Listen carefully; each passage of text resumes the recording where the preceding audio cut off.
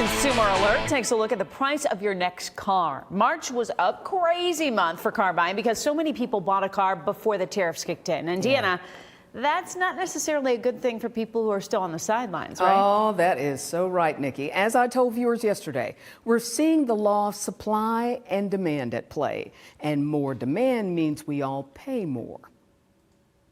March Madness didn't just happen on this court. It occurred on the car lot as well. According to ZeroSum, a vehicle marketing and software company, in March, sales of new cars increased by an eye-popping 38% and used cars by 32% as shoppers scurried to get ahead of the implementation of the Trump tariffs.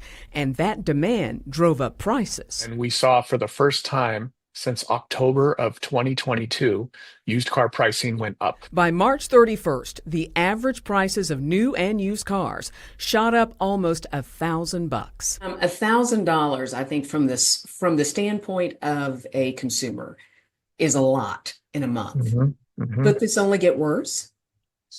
Yeah. So what we've done is we've looked at what happened with the pandemic, because with the pandemic, you had restricted new car supply. It drove up the price of new cars and people went to the used car market instead and drove up the price of used cars. Carl Brower, executive analyst at iSeeCars.com, says just as supply restrictions during the pandemic caused car prices to skyrocket, tariffs could do the same. The price during the pandemic of used cars went up about 8.2% in 8 months.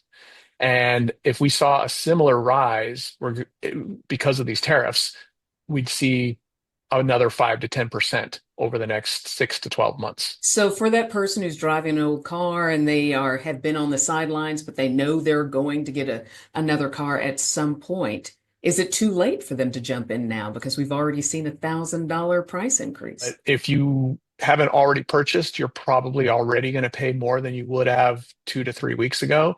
The trick is, what are you going to pay in 2 to 3 months? That's the question.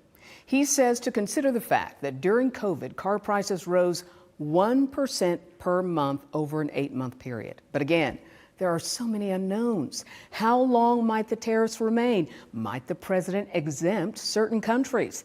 There are so many unknowns, all of which can affect the price we pay. And that's your Consumer Alert. All right. Thank you, Dee.